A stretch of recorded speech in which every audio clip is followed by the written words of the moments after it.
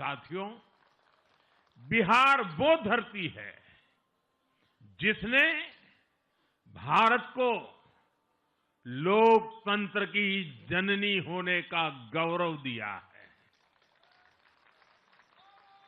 आज उसी धरती ने लोकतंत्र पर हमला करने वाली ताकतों को धूल चटाई है।